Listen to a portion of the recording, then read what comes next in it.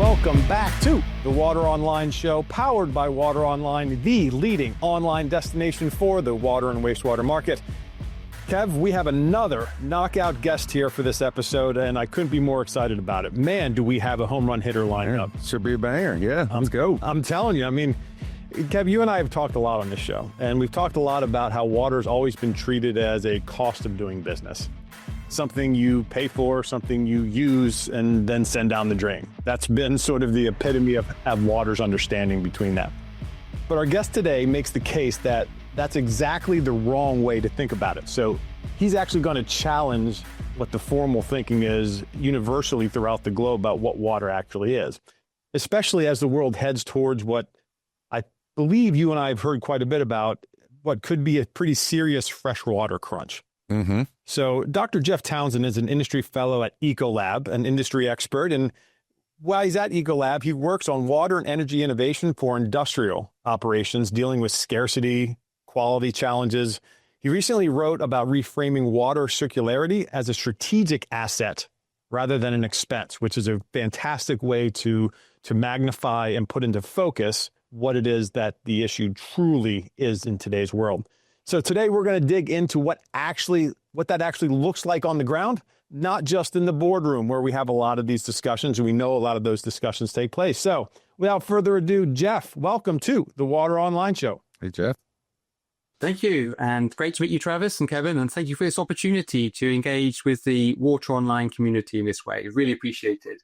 Oh, Hello. Of course. We're happy to have you here. And I want to start off with some of the points that you have made previously and most recently. And one of those is you've argued that water needs to move from being viewed as a utility expense to being viewed as a strategic asset, which is exactly what Kevin and I have landed on in terms of point of view globally. But what's driving that shift and why is it happening now, in your opinion? Well, at the very heart of the answer is the macroeconomic reality.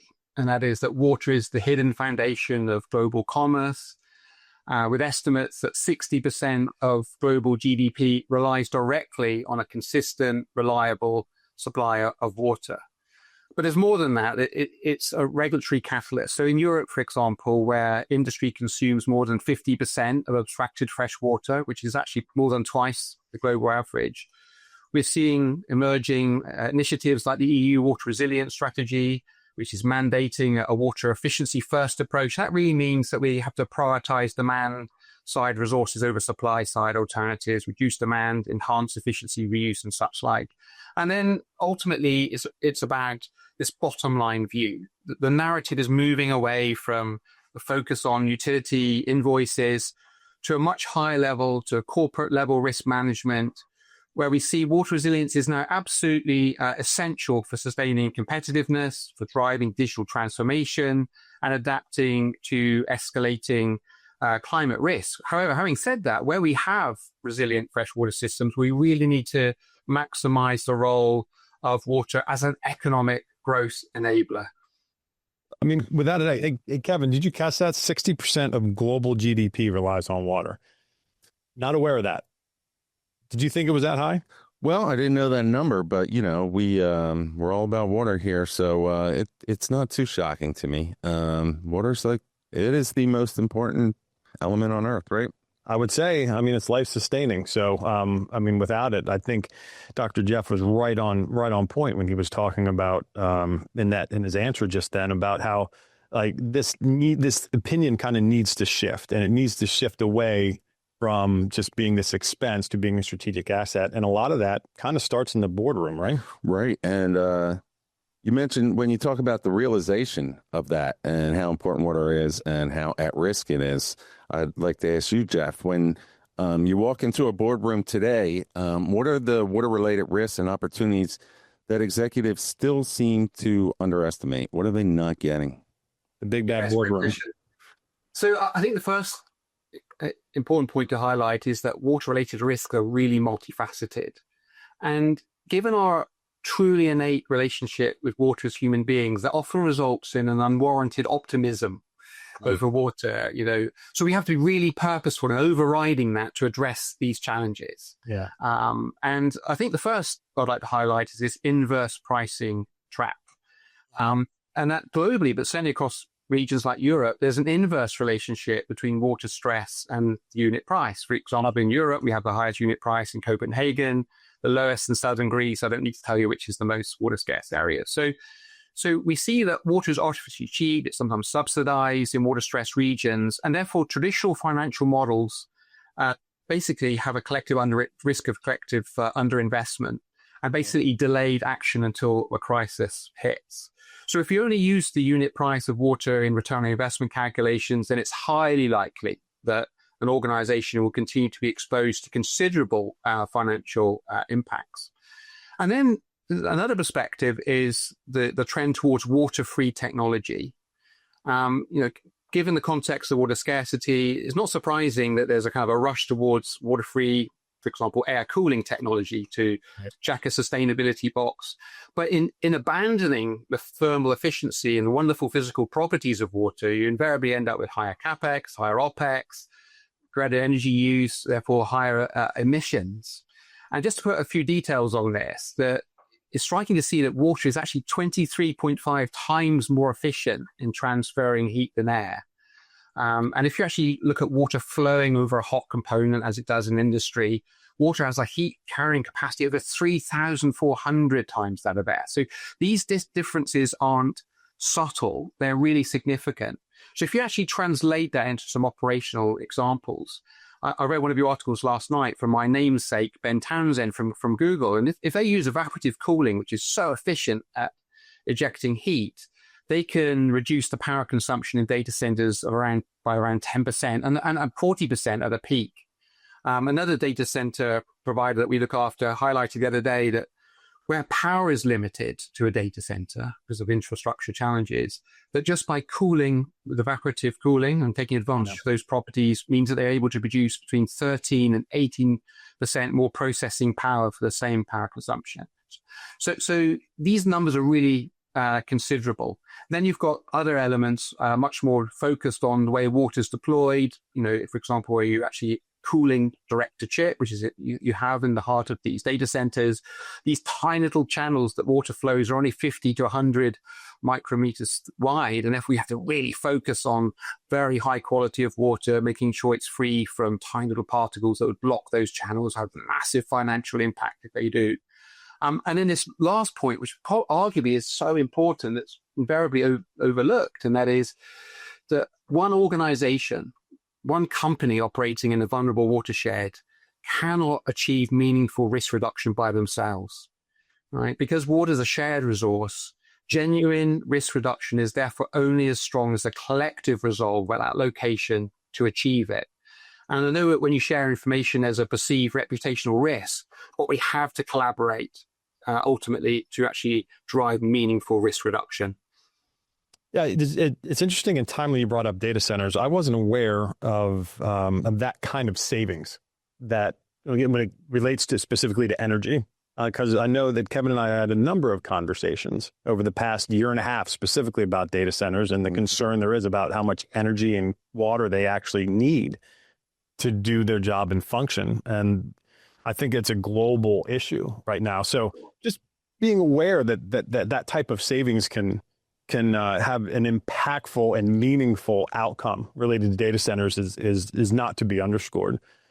In your article, Dr. Geoff, you describe water circularity as something much bigger than, say, recycling or wastewater reuse. So it's bigger than water and wastewater reuse that Kevin and I have talked about at length here on this show. What does a truly circular water strategy look like, say, specifically in an industrial setting? Yeah, thank you. So as you appreciate, the traditional approach is you take it, you use it, you dispose of it, right? And of course, the whole principle of the circular economy is to reject that fundamental model. And it's therefore to minimize waste. It's about keeping water in use at its highest possible value. And there's a lot to that. Right. And actually restoring those natural resources. And in fact, there's often a lot of untapped value between the arrival of wastewater at a treatment plant and the beginning of its recycling back into the industrial complex. So, and that brings me on to wastewater as this tremendous resource. It's often viewed today as a design flaw in any industrial process. Right. It's a compliance headache. It's a regulatory liability. but it's actually a big driver of business value. So we're really keen to decouple enterprise growth from that raw resource consumption to enable high growth industries to scale safely without depleting local water. So some industries are absolutely brilliant at doing this. So one being chip manufacturers, the semiconductor industry. They're located in water-stressed areas typically, so they have very high rates of recycle, often in the late 80s or sometimes low 90%. Certainly that's the ambition now. So there's a lot of focus on how to deliver this type of circular water economy approach. A couple of final points, and that is that we really have to adopt an holistic water management perspective here. Because what we see in terms of chemistry, for example, the more we add, the more we have to take out later on at a wastewater treatment plant, the more likely it's going to get into the way of recycling that water. So we have to really justify the treatment strategy and understand where the trade-offs are to be made. So in summary, driving water circularity requires a really fully integrated approach. It involves front-end engineering, connected chemistry, a lot of advanced monitoring, automation, some digital insights, predictive analytics. All of those come together in a very powerful way to support water at the heart of a circular economy. So it's just so much more than just taking wastewater and repurposing it around the front end of the plant again. Yeah. Yeah. So, Geoff, I noticed a concept that comes up repeatedly in your work is something called the water energy productivity nexus. A lot of us have heard of the water energy nexus. You add productivity in there.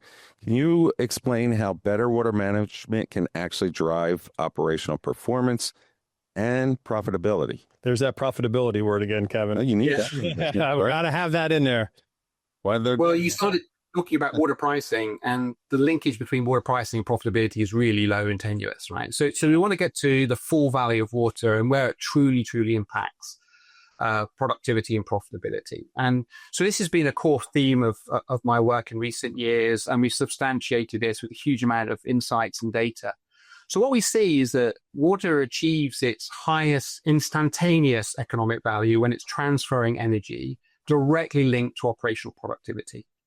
So if you followed a drop of water from a river, it's going to come into the plant, it's going to be pumped. Okay, you're adding value to it, or cost, depending which way you look at it. It's going to take it up to 3 or 4 bar. But the moment it goes through those critical heat exchangers right at the heart of production, is actually producing tremendous value in those moments. And what we see is that invariably that's involving energy transfer.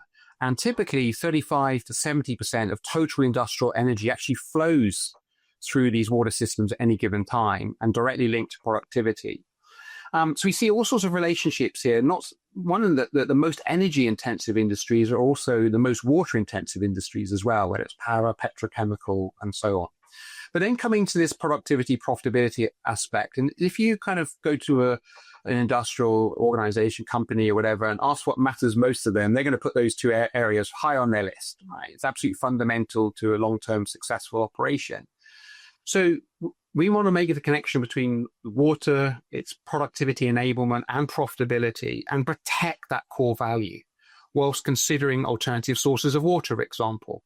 So the foundational construct here is more for less, sustainable production. More production for less water, less energy, lower emissions, less waste. But to achieve that, we need a lot of insights on the dynamics between these three elements, right? And for that, we typically use digital applications such as digital twins to really understand how they operate. But it's a reminder that industrial processes are typically designed around the physical properties of water. And therefore, we need to ensure that water is truly unimpeded in driving that productivity. And that comes down to cleanliness of heat exchange surfaces, having adequate water flow rates through production to transfer all the energy that's required, being able to dissipate the energy, heat energy efficiently and such like. So this is very, very important to focus on where, water creates its greatest value, its full value. And there are other elements as well about how we can express this through risk mitigation, system reliability and such like, and then the improvements that we need and different funding models such as water as a service. There's a lot of things that we can build onto the back end of this, but fundamentally it's really about this crucial role that water has at the heart of production.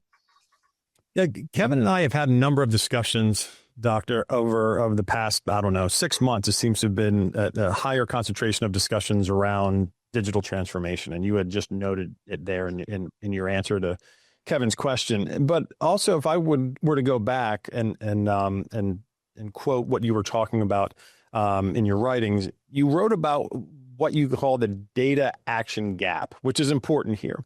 So companies have more operational data than they ever have in the history of mankind.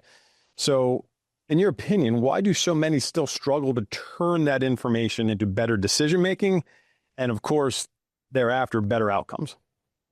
Yeah, so data is such a vital currency now in the industry. Yep. We collect colossal amounts of it, most of which is never really reviewed or considered and such like. It just sits on big industrial SCADA and DCS systems. But what we want to do is we want to make the most of that information. So to answer your question, at the heart of this is a real disconnect between the available data, and it's often very valuable in terms of flows and temperatures, and all I just kind of described in my last answer. Yeah. And these physical processes at the heart of production, right? How they're producing whatever they're producing. Right. So they often don't make that connection because it's partly because there's a complexity there, but you need to have a certain perspective to actually uncover those. So they don't always focus on the insights that matter most. And then the second area is that there's a kind of a retrospective consideration here also, and that is knowing how much water or energy a facility is wasting yesterday does nothing to prevent an operational spike today. So we need to do this in real time or near real time, at a time scale that's truly meaningful to change direction. Yeah, mid-flight and make a difference. Then there's a disconnect on communication, that the fact that we can have a lot of information at the facility level, but it never filters upward to executive decision makers in a form that they can use and actually solve problems or make investments as well. So that gets in the way. And then more fundamentally, we see all the time that industry lacks uniform accounting standards and common metrics, particularly for water resilience, which is so central now to our future and such like. And if you look at, for example, the EU water resilience strategy that I named earlier, you look at the three obstacles that are really getting in the way of the successful deployment of that. First is there's no clear sustainable water endpoint. We don't really know what we're aiming for. What is sustainable water use? That's a really tricky question to answer. The second we touched on already is that, meaningful risk reduction cannot be directly controlled. It's a team sport. It involves lots of collaborators working together. And of course, there's the challenge around investment. Well, what's common, a common solution to all of those three is our data, vital data at the heart of, say, a catchment or the local aquifer or whatever, but to interpret that in supply-demand dynamics, which can lead to insights on thresholds for resilience and such like, to have that data as a single source of truth, to make it apolitical and useful to every stakeholder at that location. We have that. There's not that lack of objectivity or that uniform accounting at the moment, and that really does get away in the way of a lot of progress. Right. And so the water initiatives that many businesses take on, a lot of them are justified primarily because of they're either mandated to for compliance or on sustainability grounds. And those are good things that may get the job done, but they may not resonate with everyone. So when you talk about the value of these initiatives, like what are the most effective ways organizations can measure and communicate the broader business value of these investments? Yeah, thank you. So I'll start by saying, water is a very, very complex resource. And what makes it complex? It's local, it's shared, it's finite. I think we've touched on those aspects already. So we want to simplify the insights without jettisoning all that matters around water and actually embracing that complexity and making a difference. But what we see emerging is a very useful insight are benchmarks, particularly around water intensity use. Yeah. So recently, CDP and Ecolab collaborated on a metric called the water use efficiency. And the purpose is to give financial officers, investors, quite a clear, standardized view of performance against reporting peers. So we do this by industry segment to make sure we have appropriate comparisons. Well, those indices allow us to communicate what is best in class, where are the laggards, in your industry. You kind of know where you are on that scale, but you also know what is achievable, because those who are in best in class are doing that today. They may be applying different technologies, of course, but we know that's achievable. And therefore the question becomes, especially if you're in a water scarce area, how do I move to that best in class water intent, those metrics, knowing that it is achievable? So that's one area. The other area is around focusing on system reliability and to make sure that we have suitable investments around protecting high value infrastructure. So where if you have a robust water management strategy, and an example was where this was applied to 35 data centers, then just by that collective optimization, we're able to target a 15% reduction in water use. Of course, as you tighten up those systems, you can introduce risks, and of course, those need managing to really drive good outcomes, reliability outcomes over time.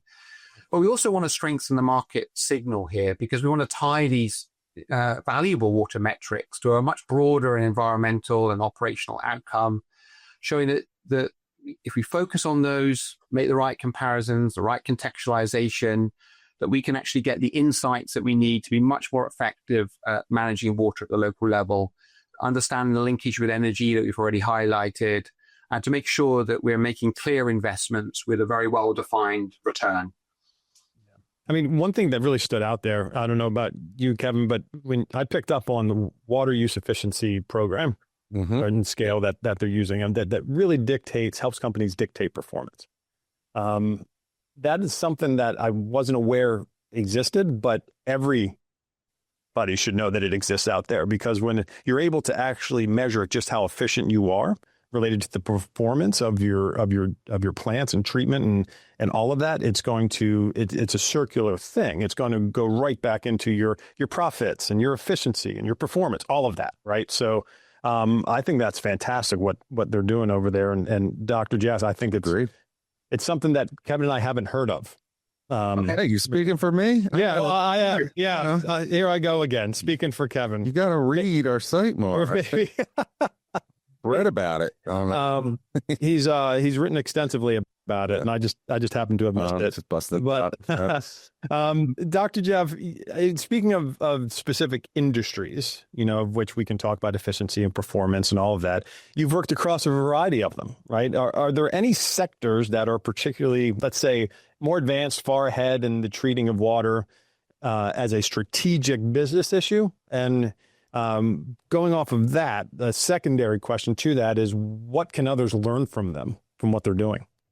Yeah, so as you expect, there are many industries where water is absolutely central to their operations and value creation and performance, productivity, and such like. So we could use quite a few examples here, but the one I like to use is one of these rapidly growing industries, and that's the semiconductor industry. And, exactly. In many respects, they represent a new frontier. Okay, they're not new in that regard, but they really are pushing performance now like never before. And interestingly, 40% of these industries, semiconductor fabs, actually sit within at-risk watersheds and are projected to face even more severe water stress by 2030.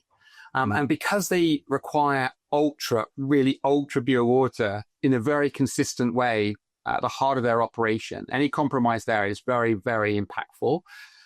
They treat it super seriously and as an integral part of their primary technology stack.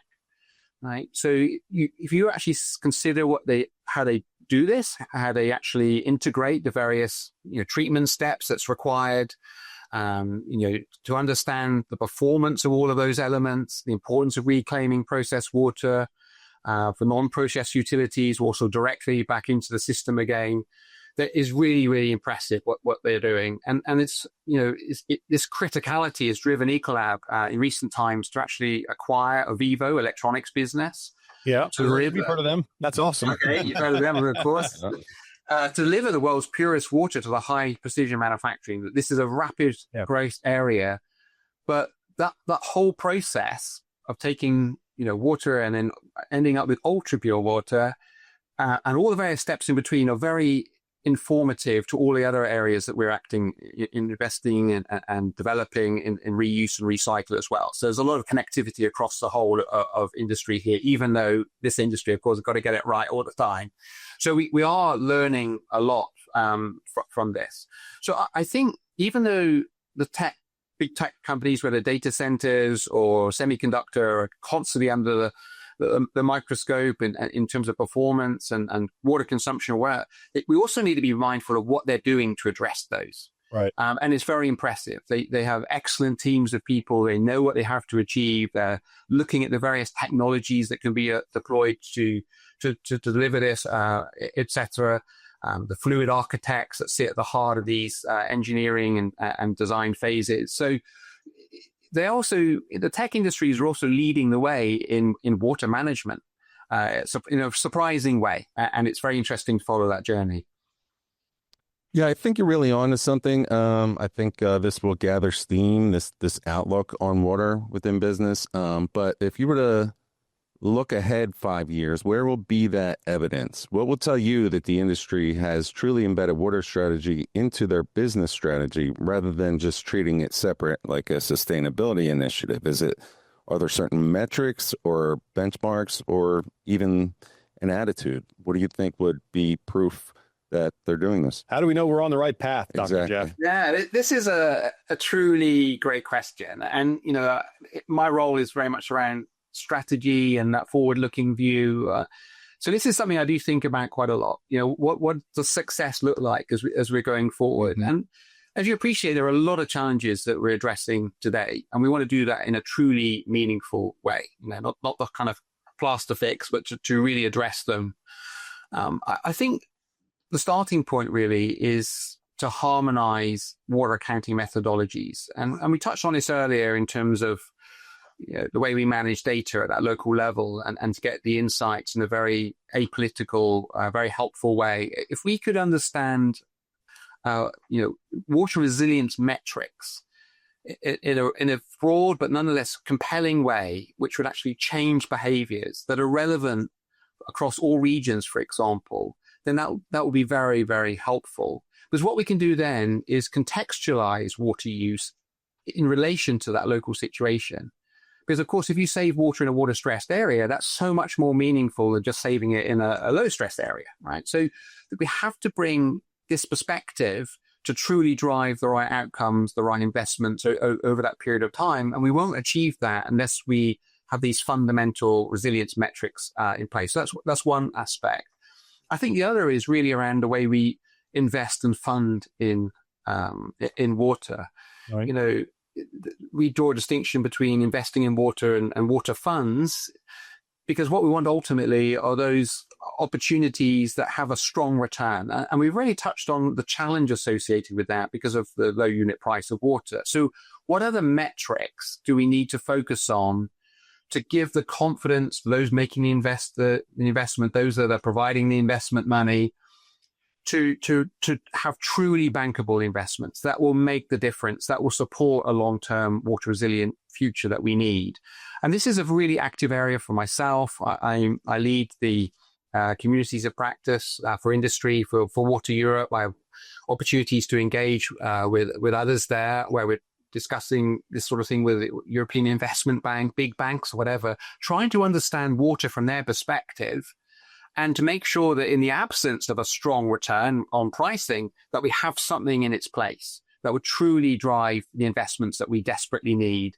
And that's gaining a lot of ground with different financial arrangements that we have available to us now, different perspectives that are truly valuable.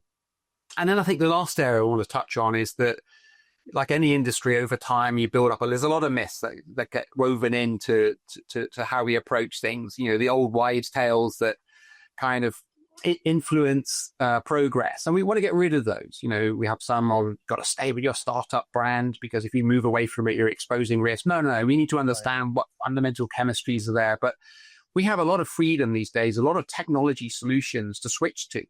And we want to make sure that companies are truly informed on those options and how to make the most of them, the best approaches, making sure that they're truly informed decision-making, to drive optimization, whatever. So I think all three of these elements, starting with the metrics, but also the investments that's tied to those metrics, but also this change in philosophy about the way we manage water and make it, much more open and evident in terms of the strategies. I think that will go a long way to dealing with this fundamental challenge.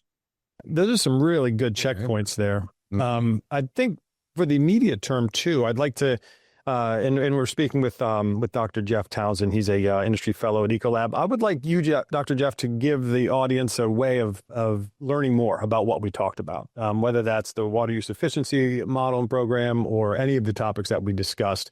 I guess in addition to all the articles that Kevin has written on Water Online that I haven't seen yet, but I'm getting they're on my reading list. Sure. Where would somebody go to get more information? Well, your platform, for example, is full of wonderful, wonderful insights. All right, keep going. It's fantastic and such like. No, to keep up. I think to keep up with kind of the latest articles and writing, because what we're seeing is a really fast-moving space. I think the awareness around water resilience now is growing very, very rapidly. There's always going to be a lag between awareness and actually deploying technology and driving the benefits from that, but there's a lot of really good work going on globally. My suggestion would be, and I think it's really where you started with the discussion, let's not get fixated around water price, but let's really start to understand the full value of water at the heart of our operations and what insights we need to really understand that in terms of how to increase productivity and profitability. And I think once all companies, industries understand that core value that water provides, as we mentioned, invariably transferring energy, and they want to protect that core at all costs because it's so intrinsically tied to their profitability, suddenly we've got a very strong payback to advancing water reuse and recycling and such like. It's not based on pricing anymore. It's based on this core value protection. And that mind shift, I think, is very valuable. And we're not talking about small values here. We did a study of an ethylene plant in Germany, and just by making sure that operation had the water it needed in terms of flow rates, cleanliness, and such like, we're able to produce $25 million more ethylene for the same cost of production. So we're not talking subtleties here. Water transforms the industry. It's such a powerful growth enabler that we really need to double down on these interrelationships. Pretty convincing. I'll say, if this was a court case, I would say case closed. The jury goes towards the prosecutor here. So Dr. Geoff Townsend, industry fellow with Ecolab, I want to thank you for joining us here on the Water Online show. Sure. There's a lot of takeaways from today's episode. One in particular that really I'd like to emphasize here is that water can't sit on the sidelines as a line item expense anymore. It can't happen. It's becoming a defining factor in operational resilience, cost structure, and long-term growth. The organizations that recognize that and act on it, that's the important part, are going to have a meaningful advantage, from circular strategies to closing the data gap and from risk mitigation to real productivity gains. Dr. Geoff made it clear that the opportunity here is much bigger than just sustainability. This is about performance, competitiveness, and ultimately value creation. So, as always, I want to thank you for joining us here at the Water Online Show. If you found this episode valuable, please be sure to share with your colleague, subscribe wherever you can, and listen and watch, and stay connected to Water Online for more conversations shaping the future of water. I'm Travis Kennedy. He is Kevin Westerling. And until next time, keep pushing the industry forward.